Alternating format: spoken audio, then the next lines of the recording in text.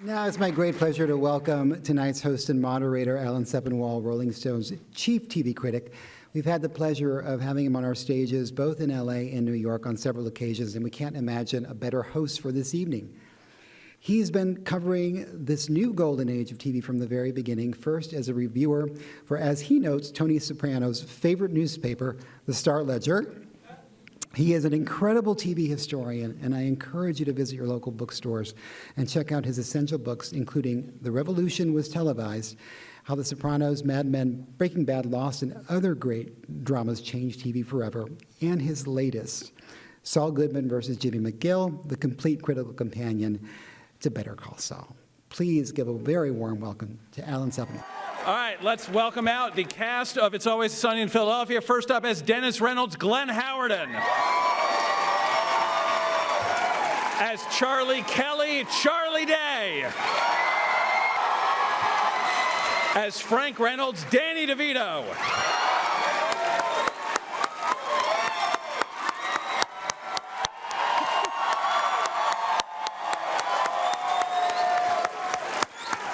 As Sweet Dee Reynolds, Caitlyn Olson.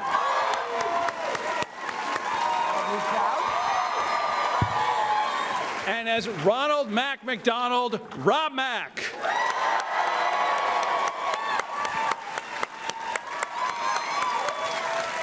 We have to start where I left off with those introductions. Who exactly is Rob Mack? You're looking at him.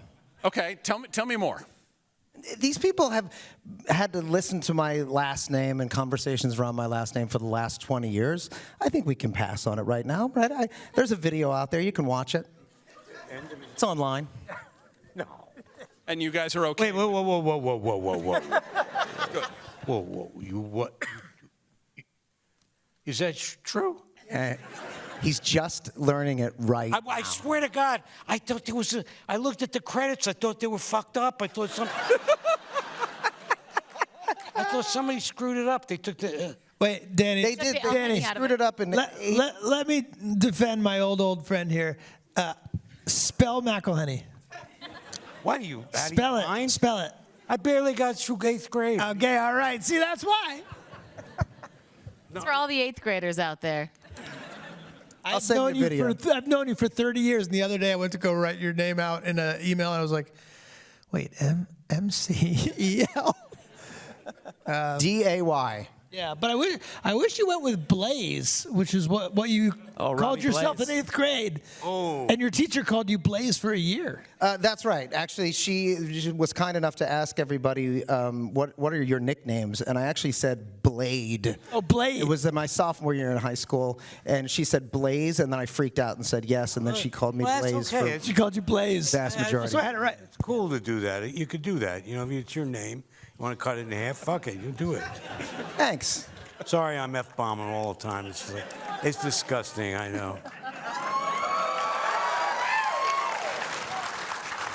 So I want to talk a little bit about this incredibly funny episode of television that we all just watched. When the Abbott Elementary half of this crossover was about to air, Quinta Brunson was doing a lot of press saying, I had so much fun doing this. I really hope the Abbott Elementary audience, especially the kids who watch Abbott Elementary, do not watch this episode of It's Always Sunny in Philadelphia. I think the first talking head with Janine kind of tells us why.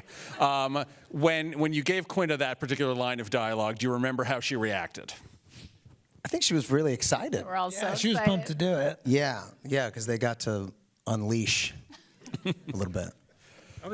First time realizing the kids could watch the show.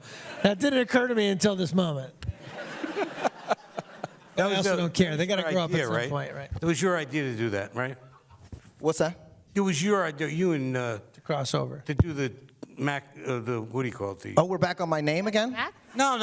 It was his idea for him to change No, his name to Abbott. I meant to say Abbott. Abbott Elementary. It was your idea, right? No, it was.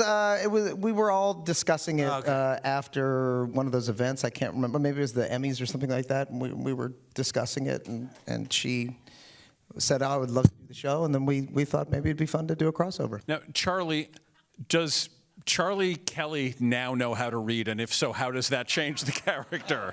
No, he learned to read a little bit on their show, and then he went home and he saw some spray paint and he thought, well, boy, that'd be fun to huff. And I got into some spray paint and can't read it anymore. How would the show change if Charlie could read? It'd be a bummer. One of the things that I found really interesting about this is it's structured, it's kind of an Abbott Elementary episode. They're still doing the talking heads, they're framing the action. Why did you decide you wanted to do it that way? I think we just always want to continue to stretch and do something different. You know, each year presents a similar challenge insofar as you want to make an episode of Sunny and deliver on the promise of what Sunny is, which we've come to be making for now 20 years. But then I think also what is the nature of Sunny is to surprise people, and so to get people to assume it's going to be one thing and then deliver a little bit something extra on the promise. I think too, like, you know, to go to do their show, we have to play within the sandbox of ABC, and that's really not our show and our voice and what we do. So it was a way of also saying, okay, their show can exist, but here's what really happened. You know, a way to just sort of say, okay, we did that, but here's what was actually going on, so that it felt like justifiable that we were behaving that way on their show. Now, you said it's been 20 years. That's an incredibly long amount of time for any television show to be on. And well, by the way, that's 20 years we've been on the air, but we, Rob and I and Charlie have been working on the show in some form or another since 2003. God. We shot the original home movie version, It's Always Sunny on TV, in the fall of 2003. All right, so when you're shooting that version, Pie in the Sky, what is your biggest hope for it? 20 years of a television series. I think none of us really believed that it was going to go that far, so we were like, let's just swing for the fences. That was always our attitude in the very beginning. We were like, well, there's no way they're going to let us make more than one season of this. I can't believe they're even letting us make even one season of this show. So why don't we just swing for the fences? You know, none of us were really aspiring to be, well, I mean, maybe Rob, maybe you were a little bit, but we were all aspiring actors, and we weren't really necessarily aspiring to be writers and creators and producers. So given the opportunity to do that, it was kind of like, okay, well, what are we going to do? What would we do with this opportunity? And so I didn't really have, I just wanted to make one great season of television. That's all I ever wanted. I think it's even like more granular down, like down to a single episode where you're like, oh, what if we could just make one great episode or one great scene? Right. You know, like I watch each scene of an episode being like, shoot, that one scene could have been a little funnier. You know, like just trying to make each moment, and then.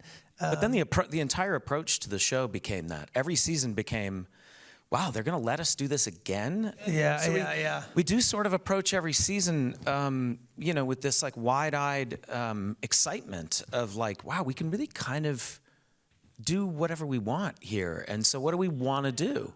And it's quite a luxury that FX has afforded us to give us that freedom to really make such an incredibly unique show. And it's a testament to FX that they allow their creators so much freedom.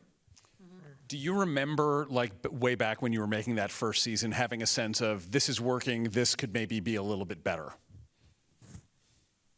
No. Yes, of course. We always knew that it could be better, and we had the luxury of having the three of us, which was really helpful because none of us knew what we were doing whatsoever.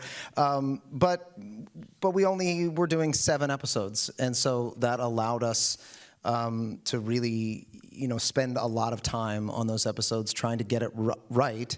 And to us, we just wanted to do something that had never been put on television before. That was always, and that wasn't because we were trying to break grounds. It was just that it was our sensibilities, and we thought, well, if we think it's funny, then let's see if we can make it.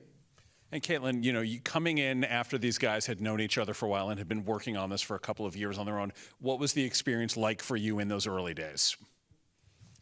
I never felt like an outsider. I felt welcomed from the audition. They were so generous with their laughing at everything that I did, and all of them, but Glenn specifically just thought that I was so funny and just always made me feel so welcome. And I still do. Wait, what? What's happening here? Well, Rob, you dismissed her outright, and I was a big Caitlyn Olson he didn't want to fan, hire and- me, but this I one didn't did. dismiss you outright. I just said that's not the one. Oh, Well, that's pretty dismissive. that's true. What was she he did. doing that made her not the one, Rob? She didn't say the funniest line. I left one line out of the goddamn audition that he was so precious about. In my head, I was like, that's the one funny line they put in there. I'll put that one aside. I'll make everything else funny. And he was like, well, why didn't she put that one funny thing in? He got hung up on it, and everybody else saved the day, and everything's fine now. Well, And we got a bunch of kids. And Caitlyn always just. Caitlyn she has this quality that I know I'm always seeking in an actor, which is she can do the funniest, craziest thing and yet somehow keep it grounded. It feels real, even though it's insane. She just makes it real, and that's a difficult thing to pull off. That's a real gift, and I know I saw that initially. I mean, I think we all did. I think we all saw that you were able to play this insane character and yet keep it real. why don't you pay him a compliment now, and let's just see what happens. I could do that all night stay long. out of this. Let's just stay out of this. just let it play out. Mike, Just man. let it play out. No, but the short answer is that they welcomed me in right away, and I felt like we were a team from the beginning. And when we started shooting, the director would yell cut, and we would all kind of just like get together and talk about what worked and what didn't. And I always felt bad for the director because I was like, well, isn't that guy? Right. And I feel like we felt like a team from the beginning, and we all had the same sense of humor and the same sensibility. I still to this day feel like the luckiest person in the world for sure. No. Very good. Danny, when it came time, when there was talk about you. Excuse me, where am I? Wake up. Hi, everybody. How are you? When did you come in? Yeah, go ahead. My question is for TV legend Danny DeVito. When it came time, when there was discussion about you joining the show for season 2 and you took a look at it, what did you think? Well, the first time I got a glance at the show was John Landgraf and I known each other for many, many years, way before he ran into this bunch. And my family and I were hanging out, and he sent us these shows. And he said, take a look, what do you think? So we all sat down, Rhea and I and Jake and Lucy and Gracie, and we watched this show. And we loved it. We thought it was just like amazing. This was so much fun. It was free, and it was, they were just hysterical. And we immediately said that, absolutely, this is a really terrific show. But that was like, I didn't hear from them then. I didn't know. Nobody talked about me being on the show. That was just like John sending me some inside stuff, for me to look at. It was really cool. And then when they called, I can't remember who called me. One of you called me, and I came to your house. oh right, he came to my house. Well, It's been a long time. well, He's it's an 20, old man. 20 Just, something years. I mean, Yeah, a lot of people have been to your house. a lot of visitors. And then I met the bunch. Then I didn't meet you right away, and then I met the guys for lunch, right? And That did happen. That absolutely happened. Yes. That was amazing. And They came back from that lunch. They were like, he talked about teeth in a box. I don't understand. We can't Danny- give you the story. We don't quite get what it was, Yes. but there were teeth in a box. We didn't know if he was talking, like he would jump in and out of talking as Danny DeVito and talking as Frank without telling us when he was talking as Danny and when he was talking as Frank. And he would be talking about he told us the whole story about how his grandfather kept like teeth and watches in a bowl or some shit. Yep. And we were like, is he? When we came up with the alter ego where it's Danny DeVito and then Cranberry Burrito, and we don't know which one's going to show up. Right. You also came firing in, just ordering food. Just like walking in, just like, we're going to have 3 plates of calamari. He's having pizza. You're having a salad. Here we go. I remember that. It was in a movie called Get Shorty. That also happened. And it happened in real life. He did in real life. He learned it from that movie. I love that. You learned it from that movie, exactly. And then I got the call to come over. All this happened, and I was thrilled because I was at a point where I really want to try something different. I'm doing the movie, I'm making movies, we're doing all kinds of stuff, and I had done already an iconic television show called Taxi. Yes. And a lot of people said to me, when this happened, when they said, would you like to join the show? And we were talking about it. People said to me, what are you going to do this show with? You were on the Taxi, the biggest television show in history. You were on the blah blah blah blah blah blah. I said, these guys are fucking funny. I mean, this is going to be fun. I'm going to have a ball. And plus, I did say to them, it has to be organic. I mean, I can't just be Danny DeVito coming on your show, because maybe you want to, maybe attract a few more people to watch it or something like that. It has to be an organic, real character, right? So they made me the father of these two. And I said, okay, right. But then, of course, it was real because my wife was a whore. So who the hell knows? And I loved, I just loved the idea of, I remember like it was yesterday. For some reason, you're in a wheelchair, right? Yeah. Yes. And we're in the hallway, and I'm begging you to let me come and live in squalor. And when you looked at that apartment, it was like, it's like when you look at, it's this 100-year-old bugs jammed in everything is crusted over, and the baseboards are just discolored, and the rug you don't want to go near, and that bed. I just fell in love with it. I don't know.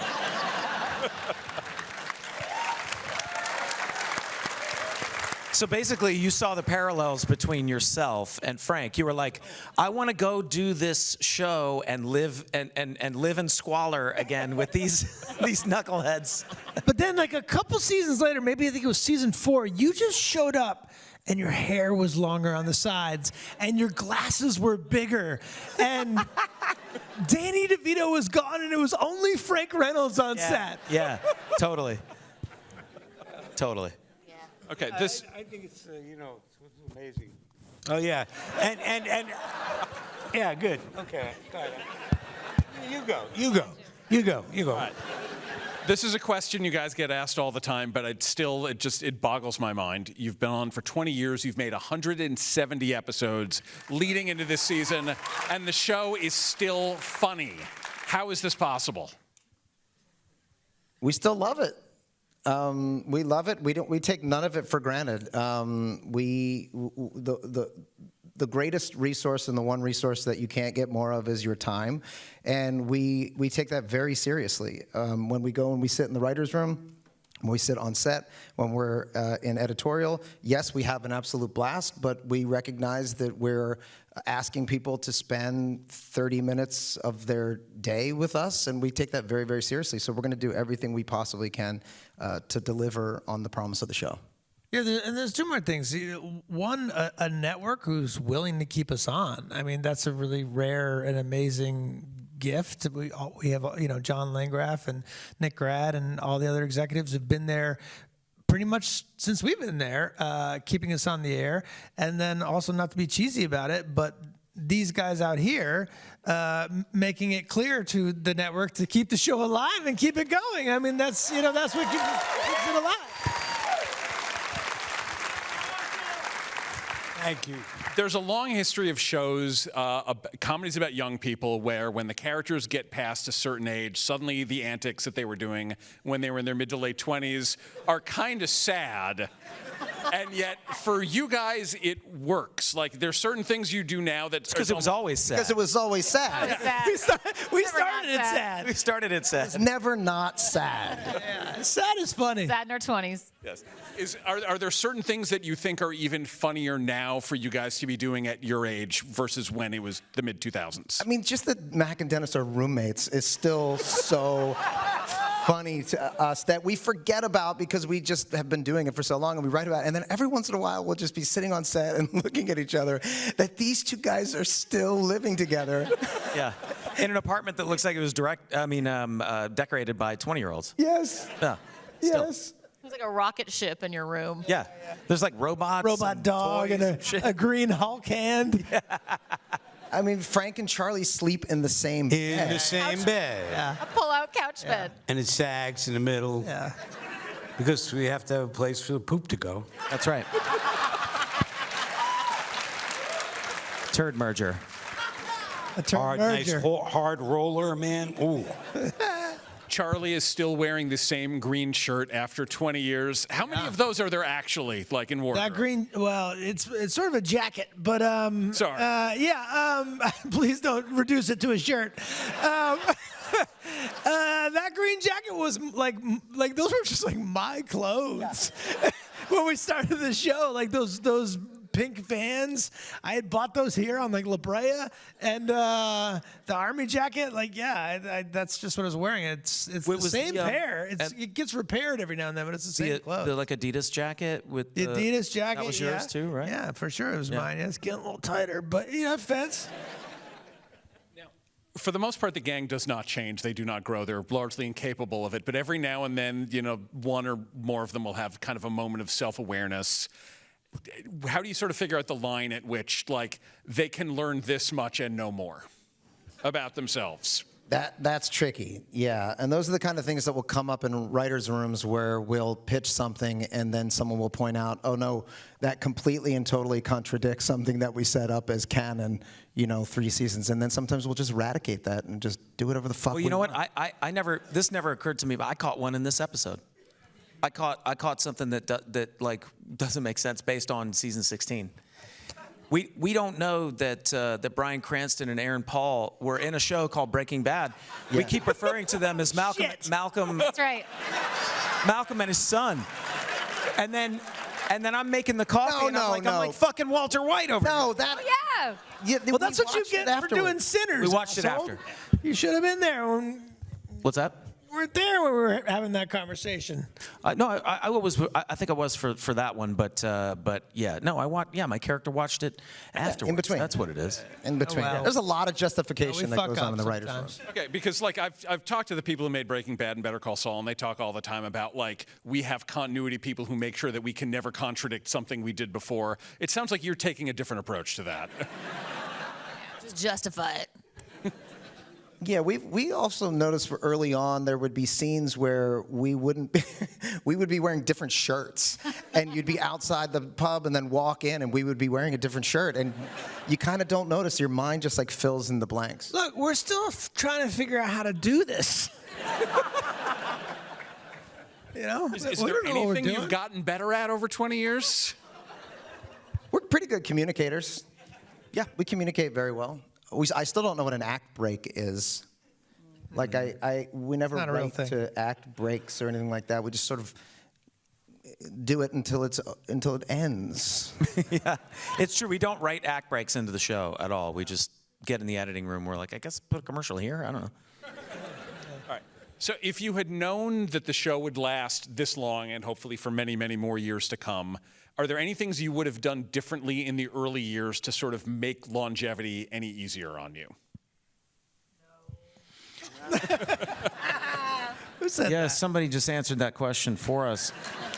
Somebody said no. We had definitive no down front for the people in back. The changes that we've You're right. made have mostly been technological, and it really winds up with, as always, like me on one side, Charlie on the other side, and Glenn sort of in the middle, which is like I'm always pushing to do things like to do newer things, like embracing, embracing 65 HD. Well, yes, gaining 65 pounds. I mean the.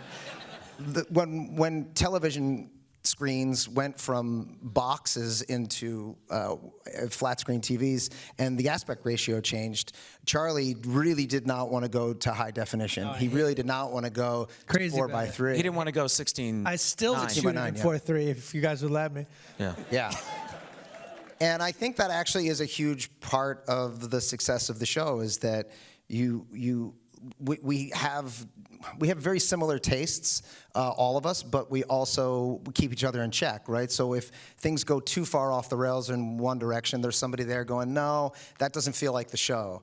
And I feel like that's also a big part of our communication as well.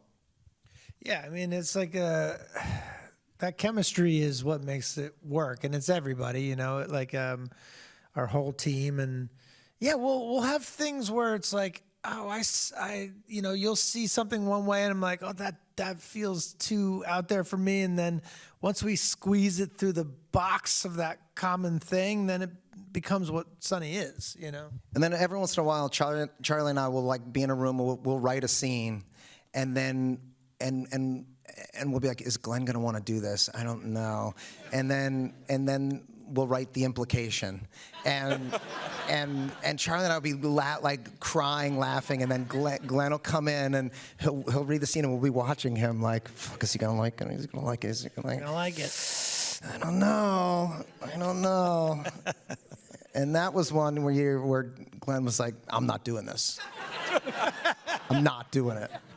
It's funny, I don't remember. I'm sure you're right. I don't remember that. I do remember that with the cruise ship scene with the young girl, where I actually where you actually had to see the implication and act. That was one that I actually was like, please guys, please don't make me shoot this.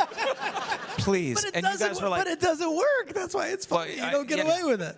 Yeah. It's just like there's just certain things that as a human being. Yeah. Sure, that's fair. You know, it's just tough to stomach. I remember thinking the implication conversation that you guys wrote was super, super funny. So, but maybe I was like worried about crossing a line or something with that. Is that what you're saying? Because I didn't. There's no way I didn't think it was funny. Maybe I thought I was crossing a line or something. Or what do you remember from that? I just don't remember objecting to it. But maybe I did. You didn't want to do it, but you did wind up doing it because of the implication.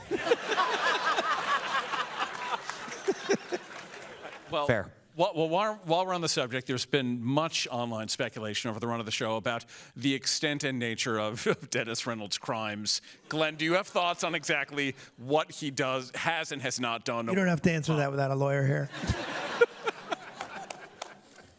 Yeah, I mean, you know, it's like I don't want to fill in the blanks for people necessarily, but I mean, just if you're just asking me personally, I think we're dealing with a very sad and delusional man who is clinging to any sort of power that he can possibly have in any given situation, and will do whatever it takes to achieve that. But I don't think that, well... I'm going to advise my client to stop talking. Yeah, we just let this one go. I don't answer questions. Isn't that what you're supposed to say when somebody pulls you over and asks you if you've been drinking? Have you been drinking, sir? I don't answer questions. There was the brief period where it seemed like Glenn was not going to be able to continue with the show full time because you had other things going on, and then that... That's not true. Okay. So what actually was happening then? I wanted to quit. but it wasn't because I had other things going on. There's a misconception that I went off to do AP Bio or something because... Thank you. Very proud of that show. Thank you. But no, I told the guys, I mean, after, it was actually before we started working on season 12, I was like, look, I just don't want to wear out our welcome. I was worried that maybe we had sort of peaked or something. And I just was like, you know, we've been doing this for a long time. And I think I was also anxious. I had not figured out yet how to stretch myself and be able to do other things that I wanted to do with my career outside of the show. I just hadn't figured out how to do that yet. And I was aching to do other things. And so I was starting to feel a little boxed in, frankly. It wasn't that I didn't think the show, you know, I'd never lost any appreciation for the show, but I just thought, like, maybe we should, yeah. And then they were like, we don't want to end it. And I was like, oh, okay, well, I can't stop you. So I just wasn't in the, and then after that, I booked AP Bio. But, and then seasons 13 and 14, I came back as an actor, but I wasn't in the writer's room for 13 and 14. But I think they were writing the show 13, as I recall, and you still with us, Dan? I'll check his Guys, pulse. Danny was He's good. He's good? Yeah. Yeah, I think. Got a cookie. I think. You got a cookie? What do you got? Yeah, all right. All right. Did you bring that from home? Where'd you get that cookie? I couldn't find an egg.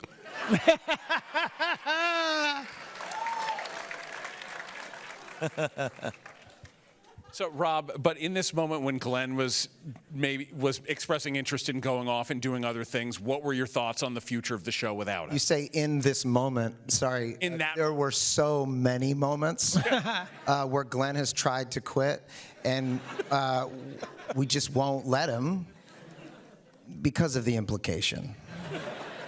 we wouldn't do it without I never thought you were anybody. going to quit. I never did. I wasn't. You didn't have to twist my arm that hard, especially to come back as an actor. I'm Well, like, we that's didn't. the fun We just part. kept going, and we knew it would be a war of attrition, where if we just continued to do it, that eventually the gravity of Sonny would pull him back in, and that is exactly what happened. We just kept writing it and kept writing him in it, and we're like, he's just going to eventually say he's coming back, and that's what happened. I was. See, I this is felt it. like This is what happens. I couldn't. You're witnessing it right now. Yeah, I couldn't just let them have all the fun in the writers' room. I was like, finding myself just having a lot of opinions about the episodes that you guys were writing, which is, fair to say. And I just was like, oh, I think I need to get in there and get my hands dirty again. And I'd had a little bit of time off. Oh, so you came back to rescue us. Yeah. No, but it's true. Look, if any one of us left, it would just fuck with the dynamic. I mean, it's like a finding tune machine. You can't just pull a component out and expect it to work the same. And that's not a testament to me as a component or any one of us as a component. It's just you need all the components for it to work the way, for that magic to really be there. If you go back to 2005, the year you debuted, Grey's Anatomy debuted that year too. They're still on as well, but they've basically cycled through dozens and dozens of actors. And since season 2, it's been the 5 of you. It's always been the 5 of you. You have lots of recurring characters, but you've never tried to add like an adorable cousin or any other kind of new regular cast addition. And no one has left, despite Glenn's many attempts to do so. How difficult has it been to just sort of keep things that tight, just the 5 of you, and tell stories after all these years? Not that difficult. We love each other, and we love spending time with each other, and we love laughing. I never laugh more than when we're either in the writer's room, on set, or in the editing room of this show. There have been many times throughout this season where I found myself crying with laughter. And how often do you get to do that as a 36-year-old man, Just doesn't happen that often anymore, So it's like I hit 35 and I was like, I just want to laugh, The show has put all of you in more demand. You're all doing more things. There was a period, Rob and Kaitlin, where I think you were in a combined 5 shows all at the same time. Logistically, has it been more difficult to get everybody back together to do this as the show's gone on? I feel like we figured out a trick. We figured out a trick, which is if you just put the writing period right around the holidays, nobody's doing anything. Yeah.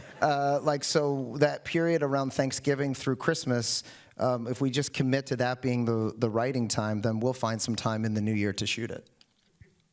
We've also prioritized it in a way where we're like, and here's Sonny on the schedule, and we're going to do Sonny, So I think if we stopped doing that, we'd never.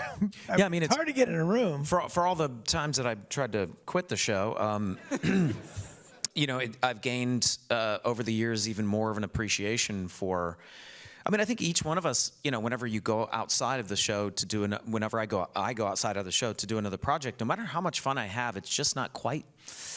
There's some magic happening that even though I'm a part of it, I can't explain it. I don't know what it is. But it's this beautiful thing, and we were relatively young when we started it. So I think in some ways maybe I expected that like there was that kind of magic to be found elsewhere, and there just isn't. I can go off and do wonderful projects with really, really wonderful people and have a great time and be very proud of it and everything, but it's just not quite the same.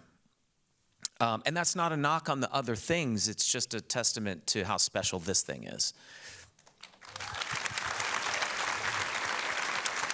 Are there jokes or moments from the run of the show that you've been surprised by, like just sort of the extended afterlife they've had? All the time. Yeah. All the time. You really never know. There's so often where you think you're writing something and we're like, oh, they're going to love this. And then it just kind of is like, meh. And then other things you think, I don't know, let's have them do karate across the stage or something like that. And then the next thing you know, like, people are screaming at you as they're driving by. I don't know. I mean, things you can't imagine. Like when we started the show, there was no such thing as a meme. Yeah. You know, and like if I got paid per meme, fuck. He's so awesome. My son has never seen the show and has seen the Pepe Sylvia image a million times. It's crazy. It's insane. I can tell you there are certainly things where we knew they were going to work, and then they did work. I remember coming into the writer's room and saying, I watched this nature video recently of a baby antelope being birthed out of its mother's hole. And I don't know, like, could we do that with Danny? And then it turns out we can, and we figured, well, let's just sew him into a couch. Oh, well, we'd read an article about people smuggling drugs into the country yes, by that's right. sewing themselves into couches. We're like, well, that's something. Well, right. So that's an example of where we put the cards up, which is like Let's guy and connect couch is one those. card, yeah. Birthing, yeah. Oh, these two seem to go together. Oh, and also Christmas. Right. Let's put that in the Christmas episode. And then we were like, okay, well, we got to talk to Danny about it. I was like, no problem. Hey, Danny, we want to birth you like a gazelle. Done. Where's the grease? That'd be very, very greasy. I felt like I was inside there, and it was really getting hot in that couch. And when they told me about the episode and they showed me what we're doing, I thought this is really funny. This is like going to be fun, right? I'm going to take all my clothes off, okay?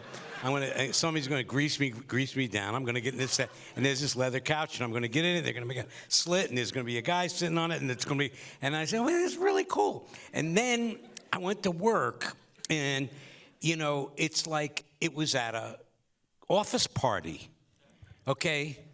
So now I know these guys, and the crew and everything, but you got to take all your clothes off and come out of a couch like a greased halibut. and there's 50 people in the room that you don't know. And you wear a little pouch. Otherwise you trip. And there's a thing that's online. I haven't seen it in a while, but when I saw it, I pissed myself. It was like there's a take where I come out of the couch. It was the first take.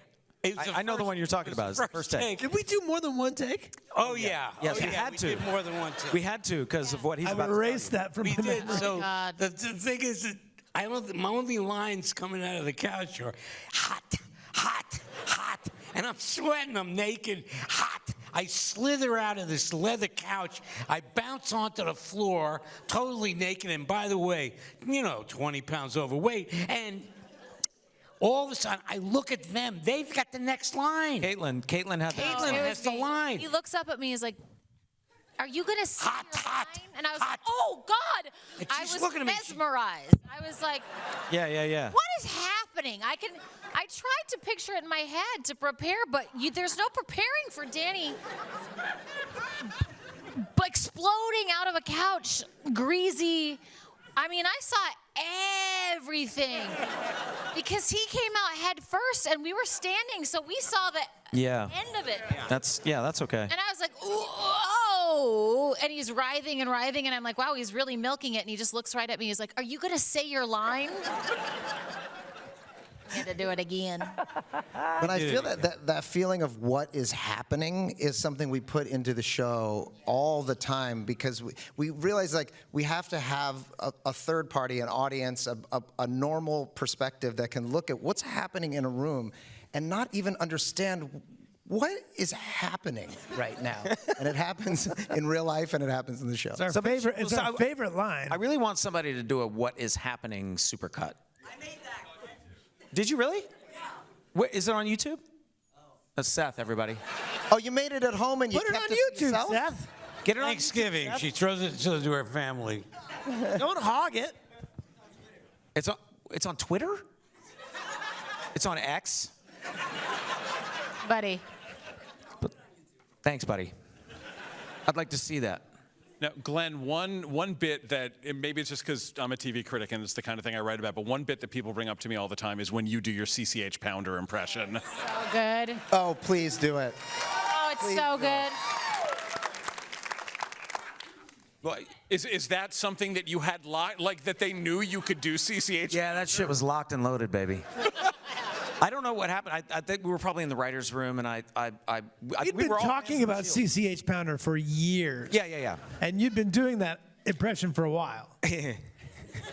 Yeah, I believe that's right. We were all fans of The Shield and fans of CCH Pounder. I don't know that she's a fan of my impersonation of her, but seems like maybe she isn't. But that was something that was completely jammed in, just because we thought it was funny. It's so random. Oh, you want me to do it? Yeah. Okay.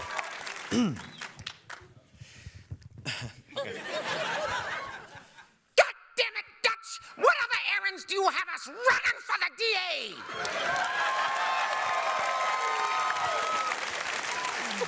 So good. It's true. They wrote a whole scene around that. Now, a We thing wrote a whole scene just for that. Well deserved. And it was worth it. A thing that's happened a lot more, I feel like, in some of the later seasons of the show is the gang seems ever so slightly more aware of things that, like, lines that they should not be crossing socially. I mean, it even happens here, like in the scene about the blind side. And I'm wondering if, like, you guys in writing the show and making this show have figured out over 20 years there are certain lines that even the gang should not cross. No, I don't. No, think- you watched yeah. season one. No, We're fuck having that. those arguments. No, fuck that. Yeah, It's- no way. We're We're having those arguments in season one. It's not that the characters won't cross the line. It's that they know that if they get caught crossing the line, which they very much want to cross, then they'll get in trouble. Yes. But they, believe me, they've got no problems crossing any lines. All right. We have a couple questions from the audience, but first, before we do that, I just want to go down the line. Each of you, what is the worst thing you think your character has done in the run of the show? Let's start with Glenn. Start with me. Oh, man. Yeah. What? I mean, where do you begin? Yeah. I mean, I think it would probably have to be the actual implication scene on the cruise ship. Probably the most despicable thing that you've seen my character do. Funny, but pretty despicable. I mean, the ruthless. I would say the thing to Ruby Yes. was so ruthless. yeah. Yeah, where what's Ruby Taft. Ruby Taft. Ruby Taft. Yeah, it's an inside thing. You had to be there. Danny. I've never done anything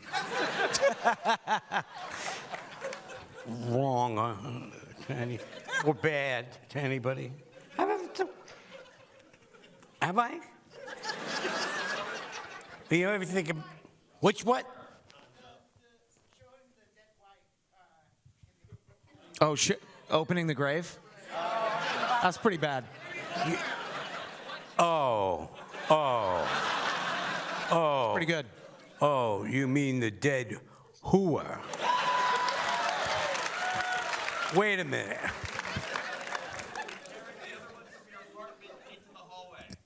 Oh, yeah, the pretty woman. Roxy. What, we're gonna leave her in the apartment? I mean, it's gonna stink the place up. Yeah, no one will ever find her. Come on, we gotta push the envelope if we do this again. You know what I mean? We gotta just make it really bad. Caitlin? And maybe the, 2 decades long decline of an ordained priest. Or Cricket. Poor Cricket. Cricket. Crickety. Cricket.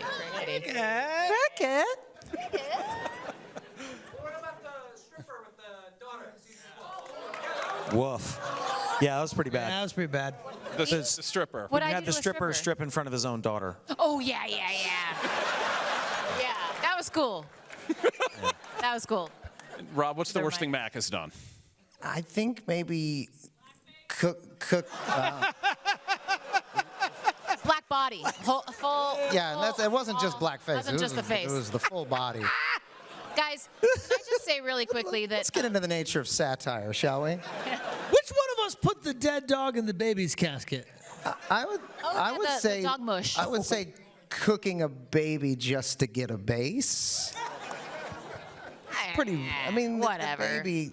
Did we wind up throwing the baby into? No, we found the baby in the dumpster. The baby was in Yeah. the dumpster. But we were painting the baby, so I actually end, yes. not just my own black face, But painting a baby painting in- a child's face Right. black, Yeah, which that's not good.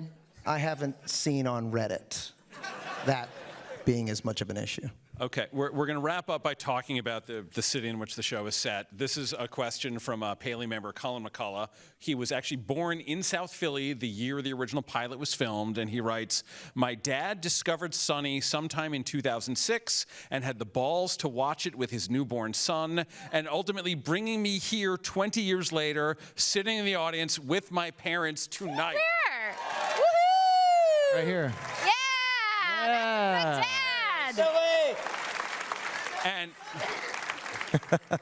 And he would like to know, how has the show's relationship with Philadelphia evolved over 20 years? Boy, we used to shoot there a lot. I mean, in the very beginning. We need to go back. Yeah, we need to go The back. city- yeah, the city's it's always embraced It was this. really great. Like in the very beginning, we and then the studios and blah blah blah. The people who were so nice to us all the time that you guys are talking about. They wouldn't let us go away anymore, so we couldn't go to Philly. But I remember like really having a ball. I think I was laying laying near a sewer, and it was on a main street. You can see what's the big building? The City Hall. Yeah, City Hall. Exactly. I'm laying right there on that street. It was a freezing. On a subway grate. Yeah, subway the grate. steam coming up. Right, with the steam coming out. Right. I mean, that was what? I can't hear you.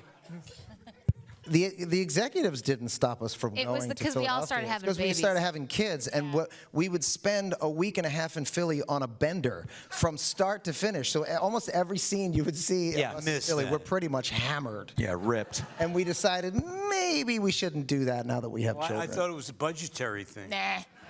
It was a liver thing. Yeah. Thank you. Thanks, you. pal. All right, so then one gonna come last back. very important question.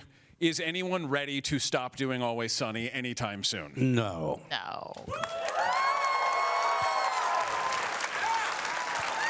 Ladies and gentlemen, the cast of It's Always Sunny in Philadelphia.